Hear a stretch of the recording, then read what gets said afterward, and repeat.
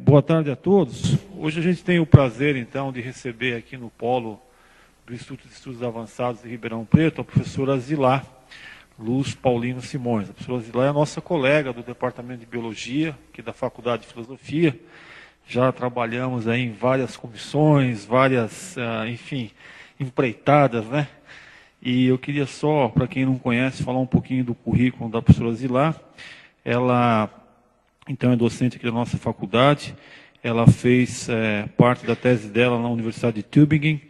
E até hoje ela é uma das pessoas que coordena um convênio que existe entre a nossa escola, né, na realidade, entre o Departamento de Biologia e essa universidade, em que vários alunos têm podido participar desse convênio e ter uma experiência internacional.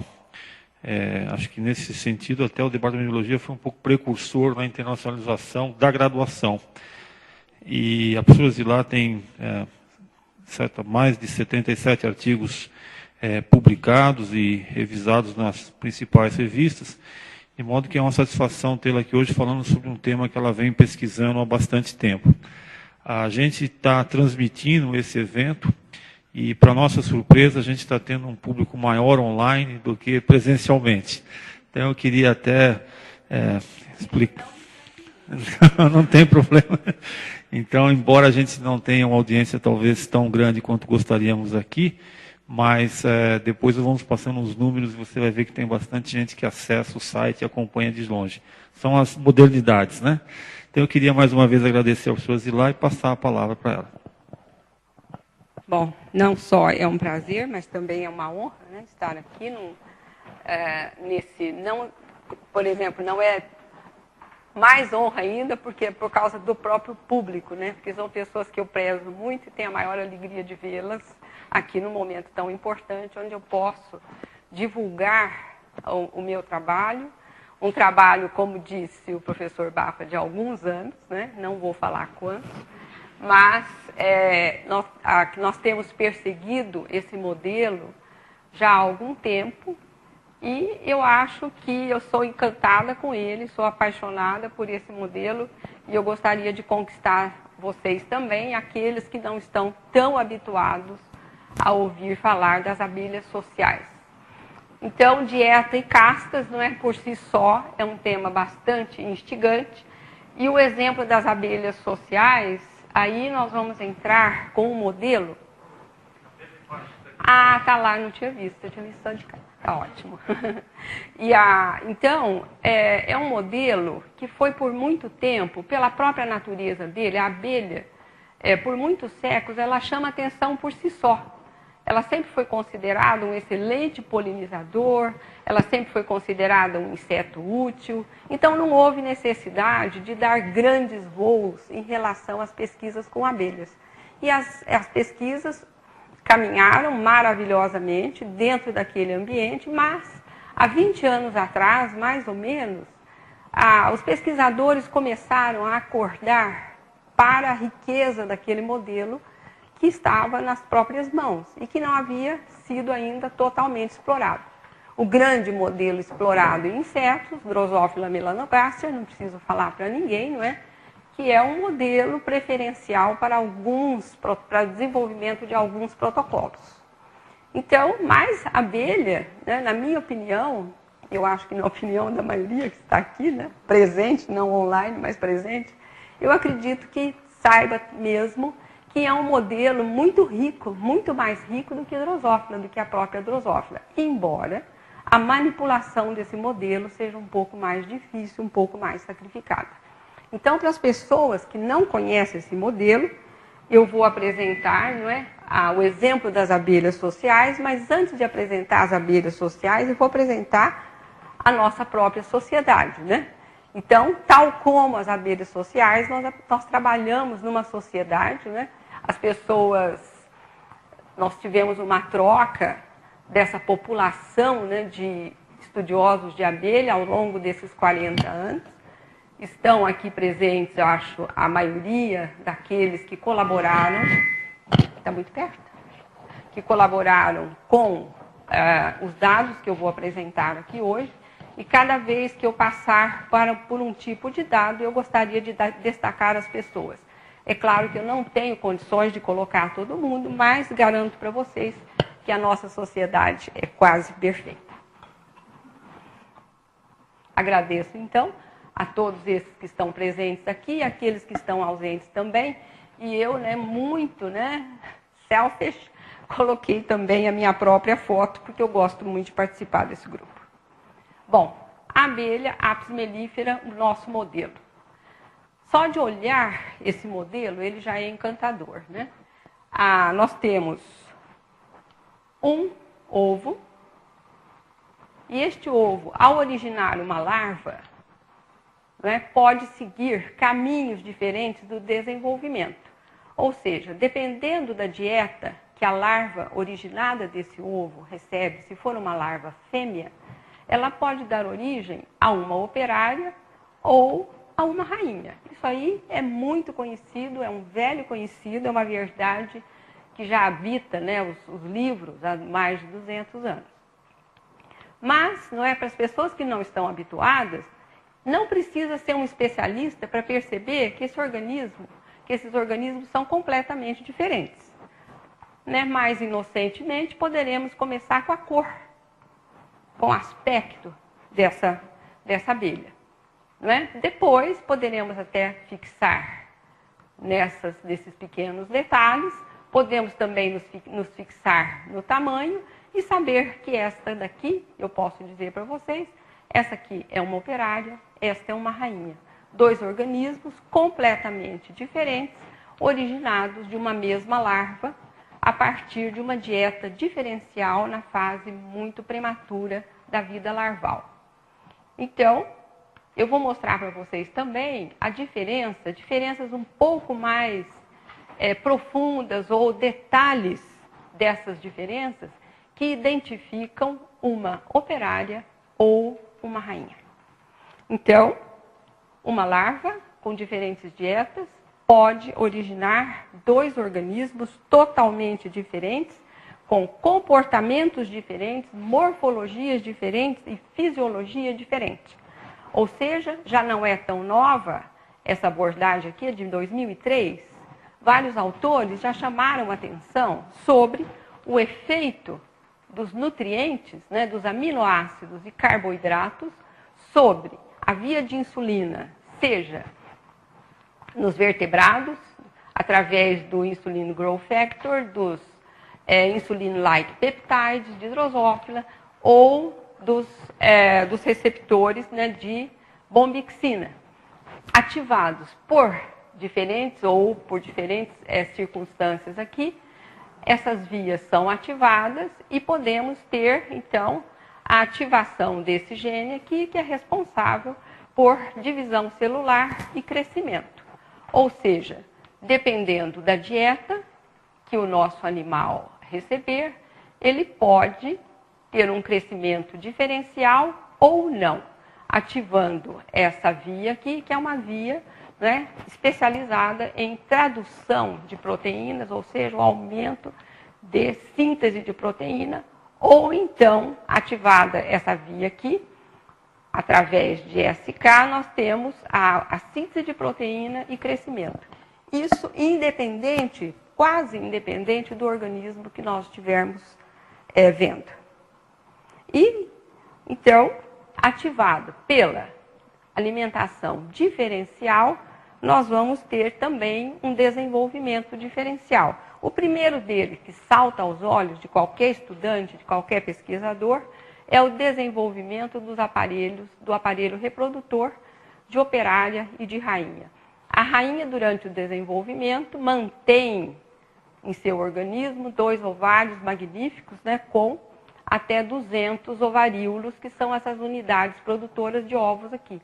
E a operária, por outro lado, recebendo uma dieta pobre em proteína, perde a maioria dos seus ovaríolos e mantém de 2 a 12, 20 ovaríolos durante o desenvolvimento. E, embora muito pequenos, muito tímidos, esses ovaríolos são completos e podem ser ativados. Um olhar um pouco mais detalhista, nós vamos ver aqui uma espermateca muito bem desenvolvida em rainhas e a mesma estrutura quase vestigial nas operárias. tudo isso em consequência da alimentação diferencial. E podemos também estender a nossa observação sobre o aparelho reprodutor, de um modo geral, que foi privilegiado nas rainhas, não é? E praticamente desaparece nas operárias. Ou seja, as operárias não podem se acasalar. Ou seja, se esse ovário se for ativado, os ovos darão origem aos indivíduos haploides da colônia, que são os machos. E a rainha, com esses 2 magníficos ovários, né, uma reprodutora exemplar, pode botar até 2.000 ovos por dia. Mas não é só o aparelho reprodutor. Se nós olharmos outros detalhes, nós vamos ver que o terceiro par de pernas das abelhas também tem um desenvolvimento diferencial em consequência daquela alimentação diferencial que elas recebem. Ou seja, a perna da rainha é coberta de pelos e das operárias, ainda, além de ter uma quantidade menor de pelos, eles são distribuídos de maneira diferente e tem um pelo aqui muito especial. Provavelmente é um pelo sensorial que é capaz de pesar, né, o pólen carregado por essa corbícula. Ou seja, a operária desenvolve um órgão diferente daqueles da rainha, que é a corbícula, no qual ela carrega o pólen durante as suas viagens nas plantas, né? Mas o que faz tudo isto? Há muitos anos atrás, determinou-se ou investigou-se que níveis de hormônios eram muito diferentes nas rainhas e nas operárias. Num determinado momento do desenvolvimento, até 20 vezes maior. Ou seja, em consequência da alimentação diferencial, nós temos também níveis hormonais diferentes nesses 2 organismos. Então, alguns autores, inclusive, investigaram profundamente e viram que aqueles belos ovários só poderiam ser mantidos daquele tamanho se aquele indivíduo ou se aquela fêmea tivesse essa quantidade, esse título de hormônio na hemolinfa no momento do desenvolvimento chamado uma janela, né, sensitiva à presença do hormônio juvenil. Então, né, Hartfelder e colaboradores, né, determinaram que, durante a vida larval, esses níveis de hormônio juvenil são capazes de manter os ovaríolos da rainha e a ausência do hormônio juvenil ou baixos níveis de hormônio juvenil destroem ou permitem a apoptose desses ovários. Então, eu gostaria de deixar aqui, esta é uma mensagem importante que nós vamos ter que usar depois. Nós vamos ter que usar a dieta, vamos ter que usar as características morfológicas diferenciais e vamos ter que usar também esses níveis diferenciais de hormônio para nós prosseguirmos o nosso pensamento. Bom, estimulado por esses hormônios, foi visto também pelo um ex-aluno nosso, o Roberto Bartschuk, foi visto que a expressão gênica entre uma rainha e uma operária também é muito diferente. Então, nós temos a diferença morfológica, claro, em decorrência de uma expressão gênica diferencial durante o desenvolvimento. Ou seja, nós temos algumas informações aqui muito importantes. Nós alimentamos diferencialmente uma larva, ela tem níveis de hormônios diferentes, ela ativa cascatas gênicas diferentes e tem também morfologia e fisiologia diferentes. Não é? E se nós compararmos, né, esses genes aqui, fizermos uma seleção dos genes diferencialmente expressos em rainhas e operárias, nós podemos ver, não é? Nós podemos voltar a uma informação um pouquinho anterior, não é? Que foi feita pelo Alexandre Cristino, que é os genes preferencialmente expressos ou genes superexpressos em rainhas, não é? tem na sua região promotora algumas sequências, né, que nós poderíamos chamar de motivos. Então, são motivos que identificam esses genes ou motivos, né, que nós poderíamos até aventar a hipótese que eles estariam nessa posição porque eles são genes que são acionados, por que não, pelo próprio hormônio juvenil, que está em grande quantidade na rainha. E ele viu também que um número muito maior de genes tem motivos, né, repetitivos, ou seja, na sua região promotora, que identifica a superexpressão gênica em operárias. Aqui nós temos mais uma informação. A larva bem alimentada, ela superexpressa um conjunto de genes, daqui nós destacamos esses dois, mas também a ausência de alimento ou a diminuição de alimento é capaz de ativar cascatas gênicas muito diferentes daquelas presentes em rainha. Talvez aqui a gente pudesse até começar a ter a tentação de explicar, né, tantas diferenças morfológicas, tantas especializações que a operária tem durante o desenvolvimento, talvez seja decorrente da superexpressão desses genes aqui. Então, num passo seguinte, o que foi feito? Nós usamos esta informação, níveis de hormônios, não é? Diferentes em rainhas e operárias, né? Em grande parte desses dados foram desenvolvidos pelo professor Klaus Hartfelder. E o que o Roberto Bartschuk fez? Ele usou essa janela sensorial e acrescentou hormônio a essas operárias. Ou seja, de uma certa maneira, ele mimetiza essa situação aqui. E o que aconteceu? O que aconteceu foi que nós temos dois grupos de experimentais, onde um grupo recebe uma dose, desculpe, aqui está com 2 mais, é menos. Um grupo recebe uma dose extra de hormônio juvenil e outro grupo fica na ausência ou na condição natural, ou seja, com baixos níveis de hormônio juvenil. E fazendo uma análise também da região upstream dos genes preferencialmente expressos em decorrência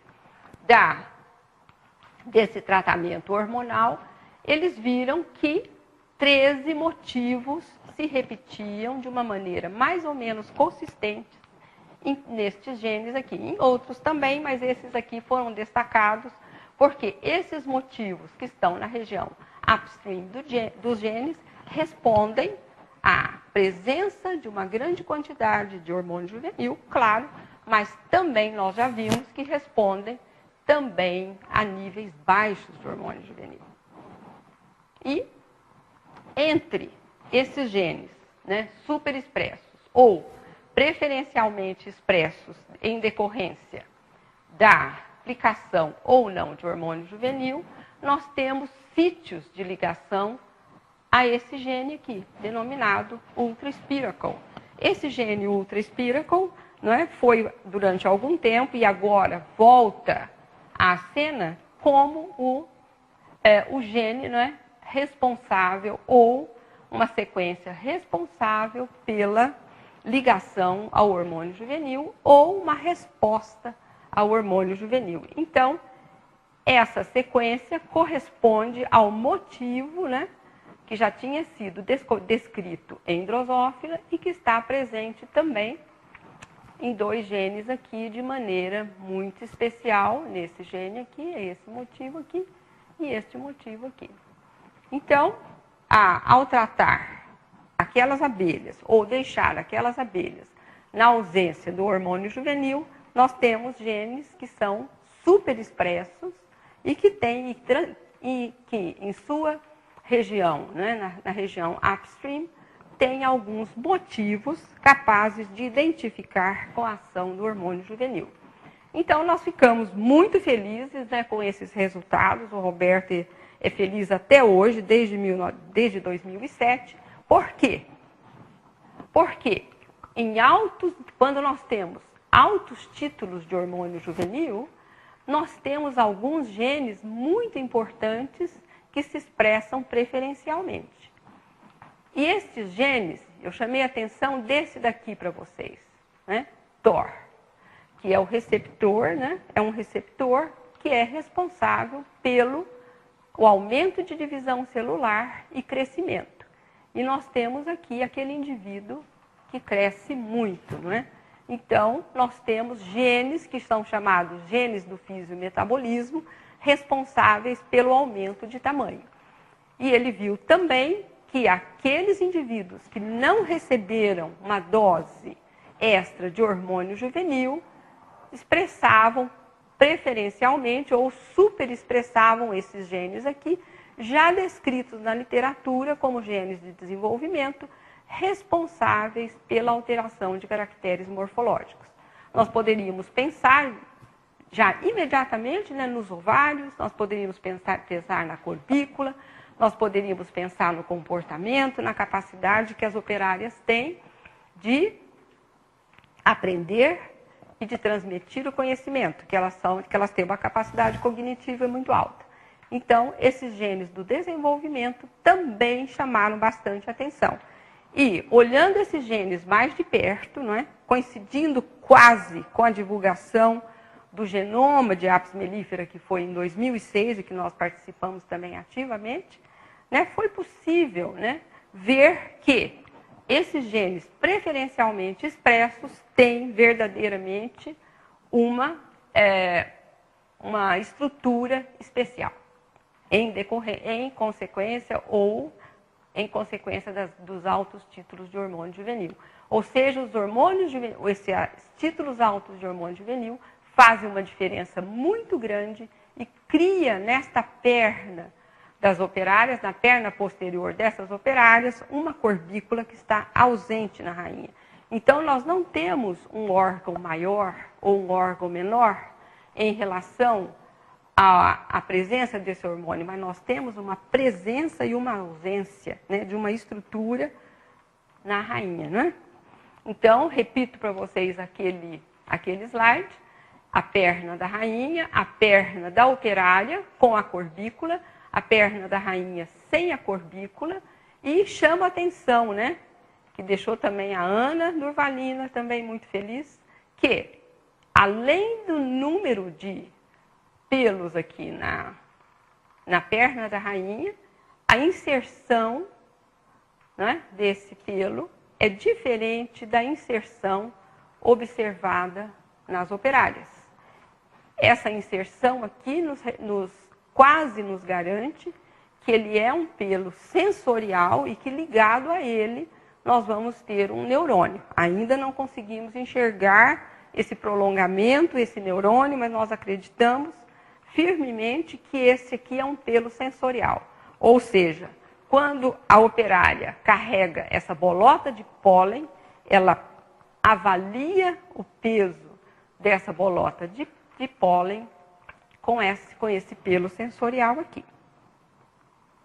Mas, além da presença desses pelos, nós temos que a cutícula da operária é diferente da cutícula da rainha. Então, isso aqui também gerou uma pergunta, não é? Então, é a presença e ausência de uma estrutura e também o desenvolvimento da própria estrutura, né? Tem caminhos diferentes nas operárias e nas rainhas. E, por felicidade, na Drosófila, o desenvolvimento das pernas está muito bem estudado e tem, inclusive, já, não é, um gene, UBX, né, que ultrabitórax, um gene muito importante na diferenciação dos segmentos e que se expressa diferencialmente nas pernas das operárias e nas pernas da rainha. Ou seja, nós estamos enxergando agora mais de perto, não só a presença ou ausência de uma estrutura nas pernas das operárias e a ausência dela nas rainhas, mas temos também a expressão diferencial, né, desses genes nessas estruturas aqui. O que nós detectamos aqui? Em azul, nós estamos detectando apenas os núcleos. Nesse rosa aqui, mais claro, é a proteína UBX. E em vermelho, que não está, acho que não sei se vocês podem ver aqui, em vermelho eu tenho uma concentração muito grande dessa proteína UBX. E se vocês repararem nessa região aqui, essa proteína UBX não se expressa. E essa região é a região onde vai se formar a corbícula. Ou seja, nós estamos vendo diretamente agora a ação desse gene sobre a expressão de uma característica morfológica. Então, nós estamos avançando, ainda que vagarosamente, na ação gênica sobre a diferenciação das castas de Apis mellifera, da operária e da rainha. Bom, juntando todas essas informações, um único genótipo, uma dieta diferencial, nós vimos que nós temos um conjunto de genes nas operárias que se expressam diferencialmente, que vai dar origem à operária, e um outro conjunto de genes, nós destacamos naquela figura apenas 2 genes, nós temos uma expressão gênica também diferente nas rainhas. Esse trabalho também é de 2007, onde o Bartschuk consegue fazer, hoje nós sabemos, uma nanorede, que, na verdade, retrata, é o retrato molecular, o retrato das interações gênicas que dão origem, ou que estão presentes na diferenciação das operárias e rainhas de Apis mellifera. Também foi um avanço muito grande a gente poder enxergar isso daí. E isso daqui fez nascer um modelo em 2007. Então, uma alimentação diferencial, que é a presença da geleia real, essa aqui é uma outra palavra que eu gostaria que vocês guardassem, a presença da geleia real, que é absorvida, claro, pelo epitélio do intestino, ativa o corpo gorduroso e provavelmente as vias, a via de insulina, TOR, atinge também os corpora lata e faz com que os níveis de hormônio juvenil sejam muito altos. A presença de altos níveis de hormônio juvenil, nós vimos que ativa os genes fisiometabólicos responsáveis pelo crescimento. Então, o crescimento corporal, diferenciação ou desenvolvimento dos ovários e inibição da apoptose, que dá origem àquele ovário enorme. Mas, por outro lado, altos níveis de hormônio juvenil bloqueiam a neurogênese e características morfológicas das pernas, como nós mostramos para vocês. E aqui da neurogênese eu posso adiantar que a rainha não é tão esperta quanto as operárias. Então, e as operárias também, a alimentação das operárias é denominada geleia de operária, um termo que eu não gosto, mas enfim. Então, ela é absorvida pelo epitélio do intestino, de alguma maneira esse sistema aqui reconhece a presença, os corpora lata, produtora de hormônio juvenil também. Então, baixos níveis de hormônio juvenil são capazes de ativar o desenvolvimento de algumas estruturas nas pernas e um desenvolvimento diferencial do sistema nervoso, que faz com que a operária tenha uma capacidade cognitiva altíssima e seja uma excelente navegadora. Ela sai, percorre distâncias enormes, volta para casa e ainda conta para as irmãs dela onde ela esteve, e as irmãs entendem e vão lá também. Então, a operária tem um desenvolvimento do sistema nervoso muito superior ao da rainha. Bom, nós estamos avançando mais um pouquinho. E não deu muito tempo, não é? Em 2008, o Richard Maleska, que também participou daquele nosso trabalho de 2007, ele era um dos coautores, o que ele vê? E ele reforma, ele dá uma nova forma àquele gráfico do Bartschuk e acrescenta que níveis altos de hormônio juvenil são responsáveis por uma baixa metilação do genoma da rainha e o contrário aqui em operário. E ele, então, reforça que a metilação diferencial também é uma das responsáveis pela diferenciação das castas em abelha. Mais um passo. Bom, então nós estamos chegando num momento que nós temos que decidir algumas coisas, né? Então, nós vamos ver, né, bem de perto o que acontece quando, né, a dieta é alterada. Então, você tem um animal, pode ser, vamos falar da drosófila, que foi nossa primeira observação em 2004, mais ou menos.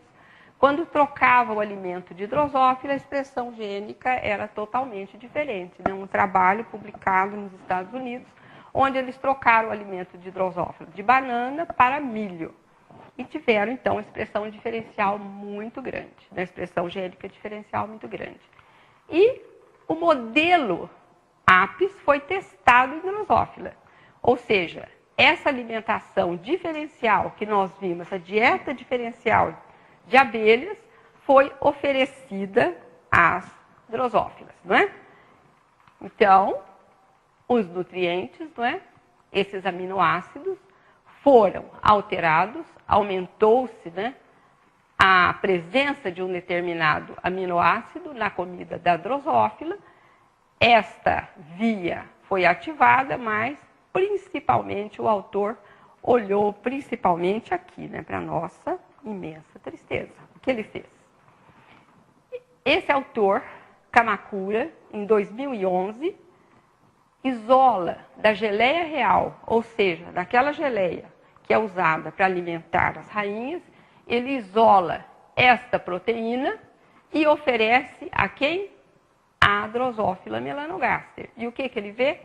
A pequena mosca, né, fica, eu diria, muito grande, né? E poderíamos até dizer uma rainha, né? E esse trabalho aqui nos deixou bastante triste, porque eu acho que qualquer um que trabalhasse com abelha naquele momento, fala, puxa vida, por que eu não fiz isso, né? Mas, enfim, o trabalho do Kamakura é um trabalho pioneiro, espetacular, e que a gente pode usar como modelo. Bom, e o que fez esse autor, né, também bastante inspirador?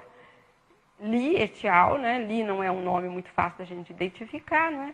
Mas ele está acompanhado aqui por um papa da via de insulina, que é o Bruce Edgar. O que esses autores fizeram? Eles suprimiram as proteínas da dieta da Drosophila melanogaster. E o que eles viram?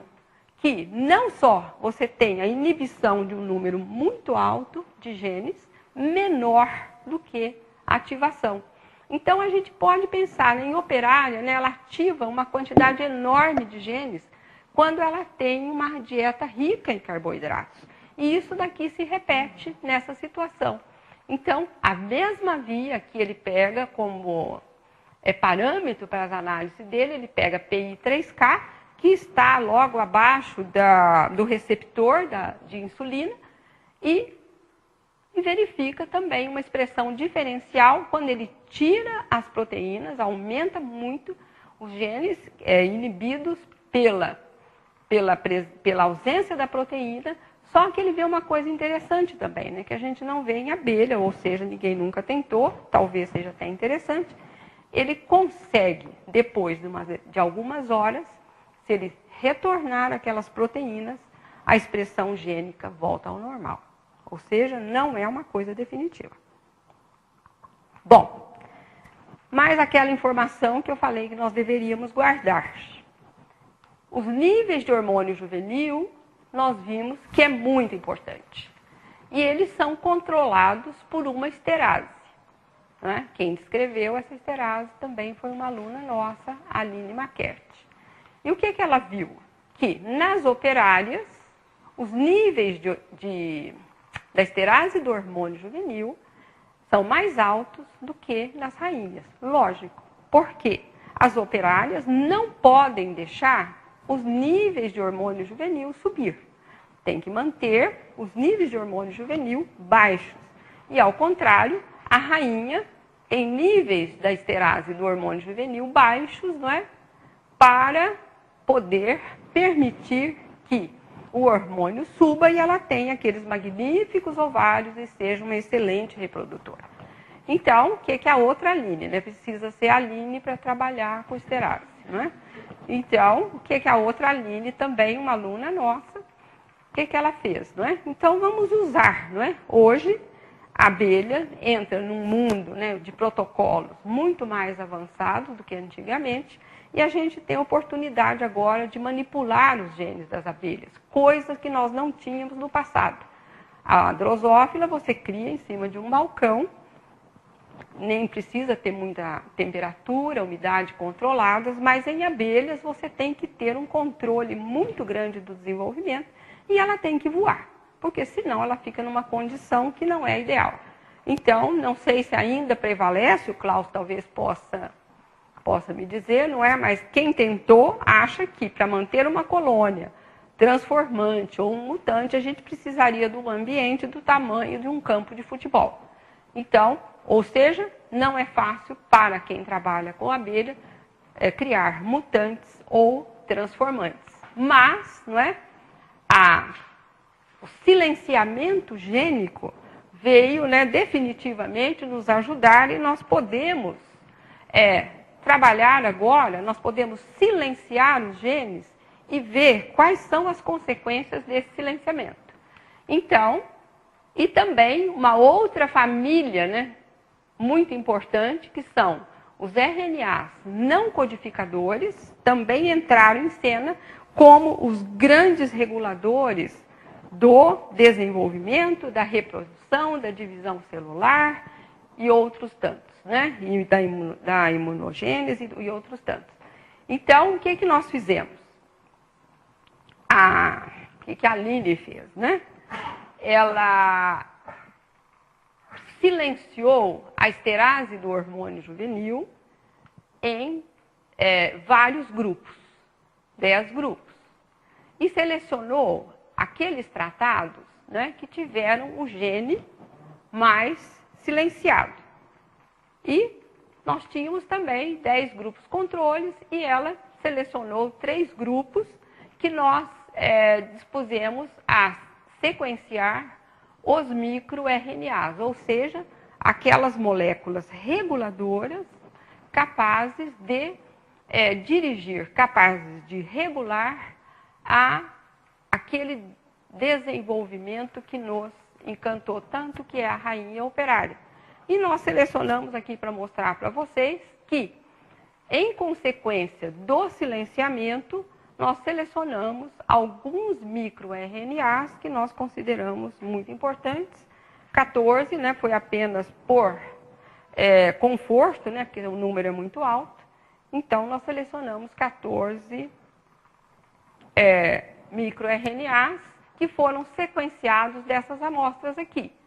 Esta amostra recebeu o tratamento e esta amostra é o controle. Ou seja, a esterase do hormônio juvenil foi inibida aqui e se mantém aqui, e essa inibição foi de, no máximo, 40%. Não é um silenciamento muito alto, mas é bastante significativo e produz, né, consequências também bastante significativas. Então, o que nós vimos? Né? Quando a Flávia, né, que eu acredito que aqui possa ter o nome que eu já dei a um outro grupo, nosso kit de sobrevivência, né?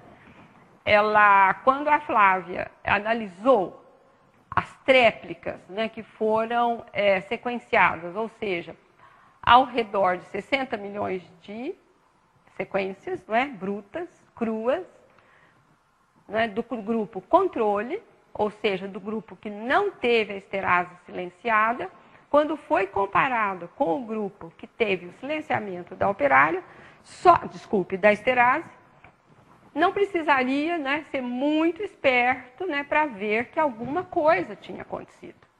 Né? Ainda que esses dados não sejam definitivos, a Flávia fica assustada, né, quando eu fico muito feliz com esse resultado aqui, porque ainda tem que fazer inúmeras comparações, tem que ser usados inúmeros programas, e para ver as coincidências dessas análises, mas, à primeira vista, o silenciamento da esterase provocou uma revolução nesses organismos. E, bom, nós vimos que tem genes que são responsáveis pela diferenciação morfológica. Então, o que nós fizemos? Nós fizemos o caminho contrário. Nós selecionamos os microRNAs e foi dada uma busca, foi feita uma predição, né, usando aqui, eu chamo a atenção outra vez, um único programa, mas vai ser feito de novo, um único programa para predizer, né, quais os genes ou quais os alvos desses microRNAs, não é? E essa análise resultou em mais de 1000 interações, não é? Quando numa primeira análise, das quais, não é, foram reduzidas a pouco mais de 500, não é? Quando foi feita uma análise comparado com os genes já descritos para a drosófila, que é o genoma de inseto mais bem anotado até o momento. Então, quais são os processos biológicos regulados por esses microRNAs? Então, lembrando, os microRNAs regulam reprodução, desenvolvimento, diferenciação, resposta imune, entre outros. Desculpe. Não é? Então, esses 14 microRNAs, não é, podem estar regulando. Isso aqui está muito pequenininho, né? Até trouxe uma cola aqui para mim.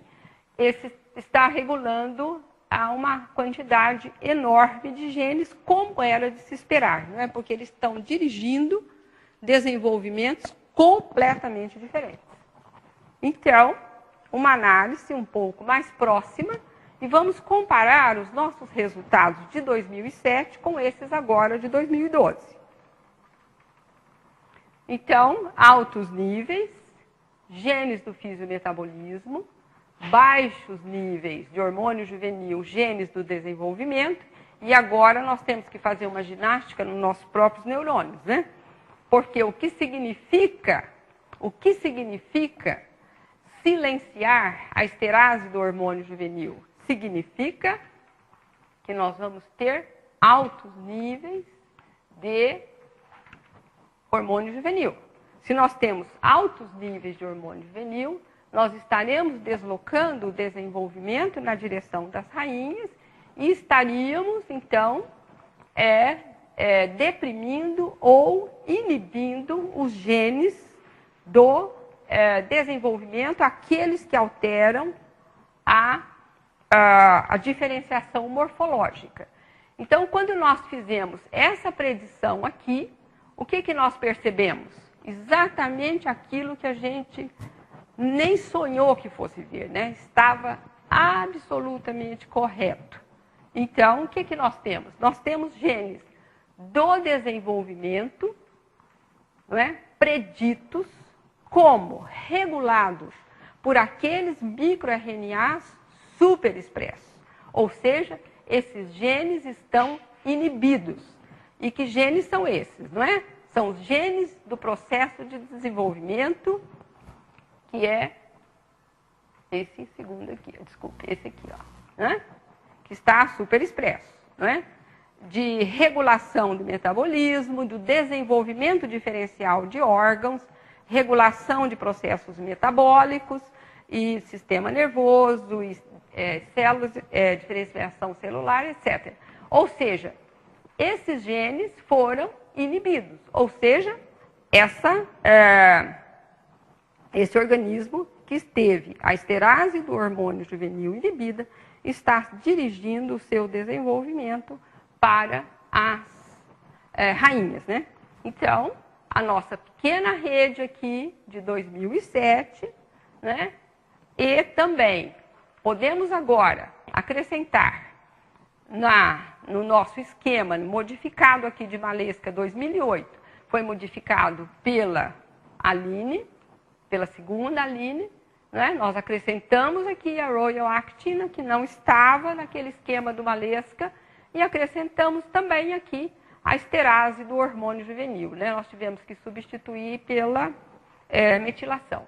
Então, nós, em baixos níveis, né, de esterase do hormônio juvenil, nós temos altos níveis de hormônio, né? Nós temos uma expressão diferencial de microRNAs e temos também aqui a situação, altos níveis de esterase de hormônio juvenil nas operárias, né? Aquela história que vocês já entenderam. Então, o que nós conseguimos, né? A comparação agora com a nossa rede, né? A evolução da nossa rede de regulação gênica, onde nós temos 14 microRNAs regulando uma pleiade, né, de genes, né? Claro que não são todos os genes de desenvolvimento, nem são todos os genes ligados àquelas estruturas presentes nas operárias, mas é uma evolução considerável quando a gente considera essa rede aqui que já nos deixou muito felizes, né? Vocês são os felizes, né, agora porque esses dados aqui não têm mais que 48 horas, não é? 48 horas que nós nos sentamos na frente dele e falamos, puxa vida, né? Quase estamos chegando lá, né? E aí eu parabenizo e agradeço, né? Todos aqueles que tornaram, né, possível, né, que a gente desse mais um passo, eu acho que é um passo bastante grande, para entender, né, as cascatas gênicas que regulam o desenvolvimento diferencial de uma rainha e de uma operária com aqueles agentes, né, morfológicos, aqueles agentes reguladores, né, e que nós, pouco a pouco, né, ao longo desses quase 40 anos, né, conseguimos amealhar, e eu fico muito feliz desse grupo, né, dessa sociedade aqui, desse enxame, né, de alunos que tornaram, né, esse momento possível. Muito obrigada.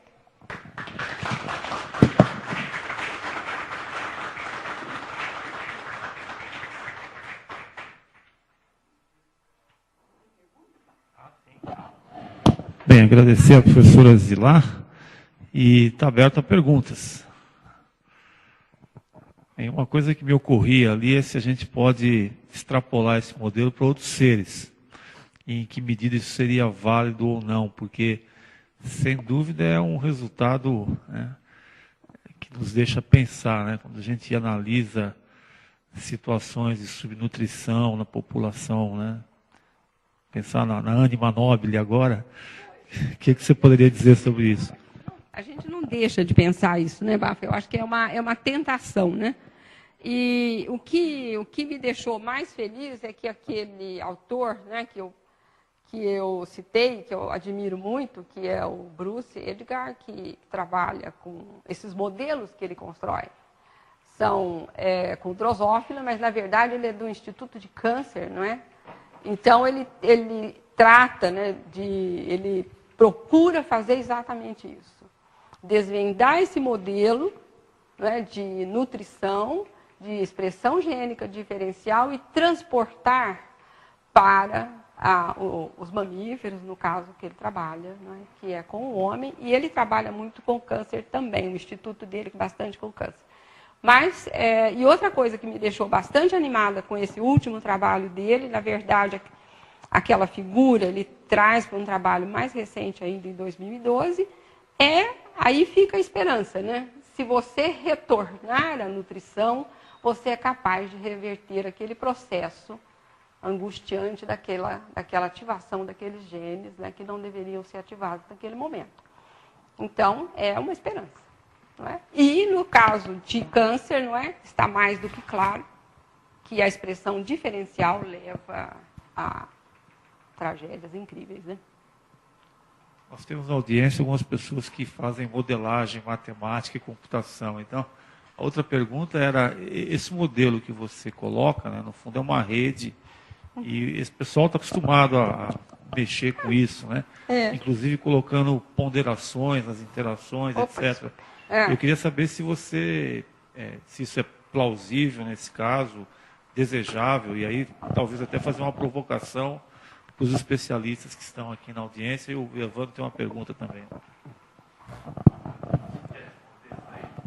não fugindo do professor Bafa desse tema, mas eu queria saber, nesses casos específicos, até que ponto o senhor imagina que os processos externos do meio ambiente possam alterar os dados?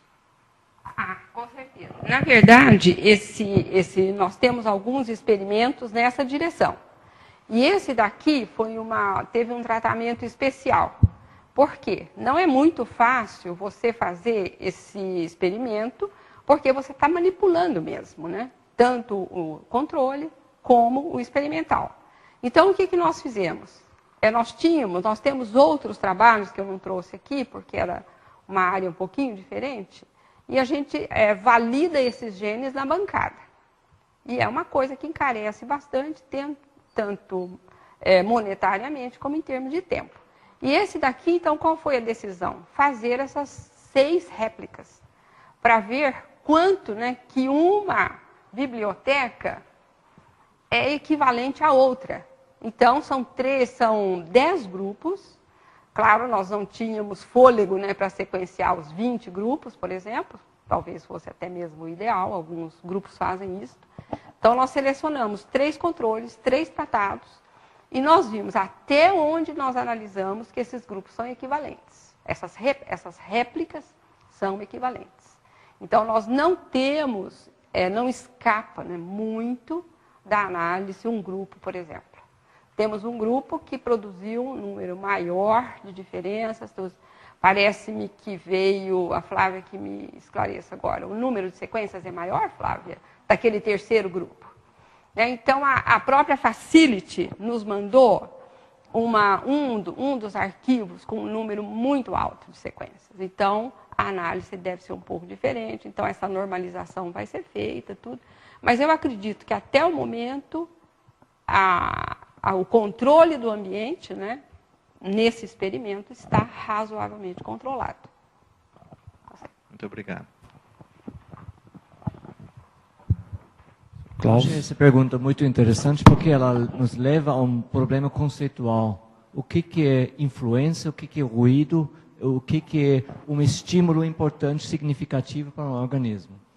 Por que estou falando isso? Na biologia de desenvolvimento, onde se situa os trabalhos sobre o desenvolvimento das abelhas, das castas, o conceito geral é que o genótipo precede o fenótipo. Ou como o Wolpert disse em 94, se eu soubesse todos os genes, todas as interações, eu saberia dizer qual vai ser o embrião, o resultado do embrião. Vendo a influência, a importância do meio ambiente nesses processos, nós podemos dizer não. Não é ruído. Depende como esse ruído é incorporado dentro dos próprios vias de desenvolvimento para gerar fenótipos diferentes que são adaptativos, operária e rainha. No caso das drosófilas, uma é gordinha, outra não. Provavelmente, esse não é uma questão necessariamente adaptativa, da mesma forma que nós temos esses dois fenótipos em abelhas, que são formas de efetividade da colônia, né? Porque eles têm que ser vistos dentro do contexto funcional da colônia. Então, todos esses aspectos, biologia do desenvolvimento, nutrição como elemento ambiental e toda a estrutura social tem que ser visto junto dentro de um processo evolutivo, desse processo de desenvolvimento. Correto. Eu concordo com você, Klaus, mas eu acho assim, por exemplo, no momento que você pega um experimento, você não tem condições, como você mesmo falou, se você pegar essas variações e quantificar cada uma, você vai ter dados isolados, totalmente isolados. Então, se você, num caso como esse, o que nós queríamos fazer? Nós queríamos reduzir a um momento. Claro que eu sei que isso não é fácil, você também sabe que isso não é fácil. Então, você reduz aquele seu experimento num tempo zero e considera aquilo zero. Então, a minha pergunta era, nós vamos alcançar isto com essas tréplicas? Claro, poderia não ter alcançado. Essas tréplicas poderiam ter sido completamente diferentes. Mas, claro, elas foram controladas de uma tal maneira que você consegue quase um zero aí. É quase um zero. Klaus colocou uma pergunta que eu ia fazer, que quem decide quem deve receber essa geleia real e virar? Porque você falou de uma informação que está no GEM, mas tem uma informação que está aí, social, né? Imagine que todo mundo queira, ficar gordinho e só comer. Como é que fica? Como é que isso é controlado? Tem que ter alguma outra, um processo aí, né? Não sei, de controle. Bom, o que se sabe são observações, né? Observações que foram feitas e até o momento elas são válidas. Você tem uma rainha jovem, ela está botando muito bem, a população está equilibrada, você tem um número de ovos, você tem um número de larvas, você tem formas jovens, você tem aquelas operárias que saem para o campo, a sociedade está em equilíbrio. As operárias não se preocupam em fazer novas rainhas. Mas no momento que você começa a ter um desequilíbrio, seja porque não está entrando alimento na colônia, seja porque a rainha está velha, ela começa a botar menos, ela começa a botar meio desordenadamente, as operárias reconhecem isso. Então, elas sabem, é o momento de fazer uma nova rainha. Mas elas não fazem uma só. Elas fazem várias e quem nascer primeiro tem o privilégio. Então, é uma coisa social mesmo e vai muito do equilíbrio da colônia. Mais alguma pergunta? Mais alguma pergunta? Mais alguma observação? Eu tenho uma Críticas também, por favor. Eu estou muito feliz, né? Mas a dona da criança está sempre muito feliz, né? Mas foi uma surpresa, realmente, esse resultado aqui. Porque eu não pensava que ele fosse voltar lá atrás, como voltou. Então, eu acho que realmente ficamos muito felizes. Mais alguma pergunta? Bem, eu queria só informar que a gente tem 200 pessoas online assistindo. Então... Maravilha, espero que elas tenham gostado.